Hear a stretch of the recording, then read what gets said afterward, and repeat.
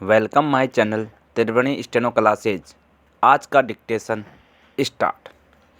महोदय, संविधान निर्माताओं के लिए संभव नहीं था कि सभी प्रकार की परिस्थितियों की परिकल्पना कर पाते। संविधान में पहले भी संशोधन किए गए हैं।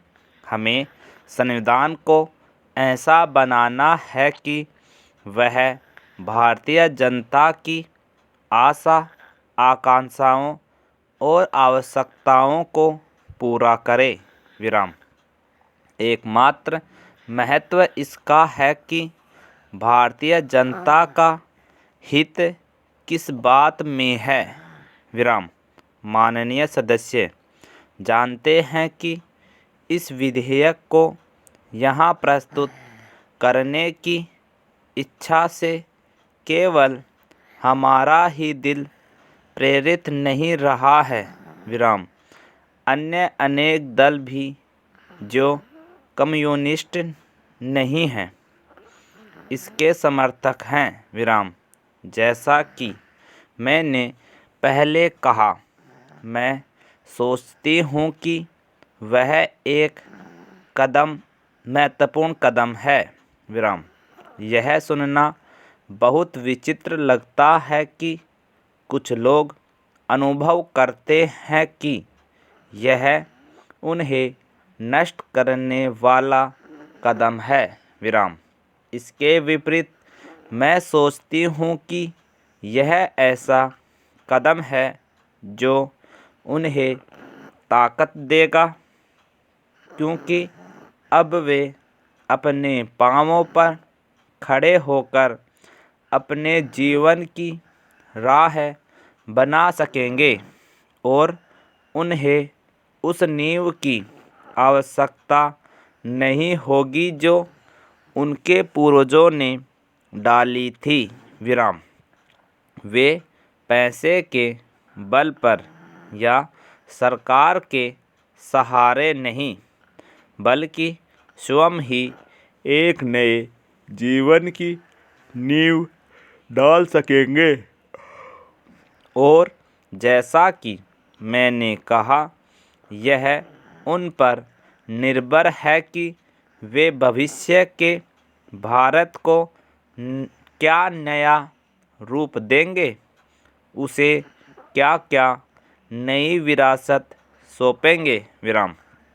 हम जो कदम उठाने जा रहे हैं वह महत्वपूर्ण है।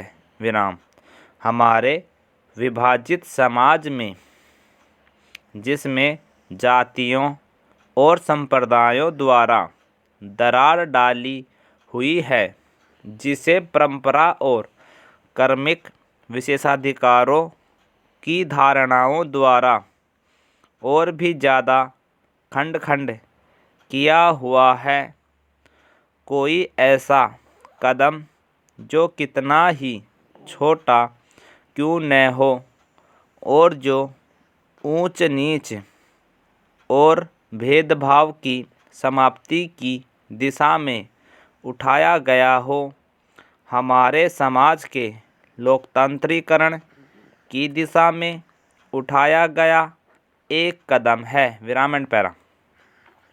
व्यक्तिगत रूप से मैं अनुभव करती हूँ कि शब्द भंडार में लिपटे खोखले विवादों की अपेक्षा यह कहीं ज़्यादा महत्व की बात है।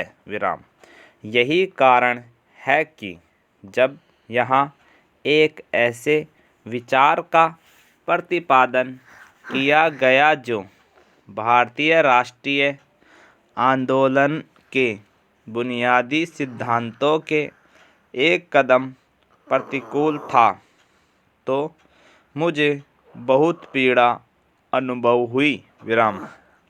हमारे राष्ट्रीय आंदोलन की मूलभूत बात थी सम्राट और नरेशों की प्रभुसत्ता की जगह भारतीय जनता की सर्वोच्च प्रभुता पर जोर देना, चाहे वह ब्रिटिश भारत की जनता हो, विराम। इस सिद्धांत पर जोर देने का अभिप्राय है किसी व्यक्ति से नहीं, बल्कि यह प्रणाली से लोहा लेना, विराम एंड कंप्लीट।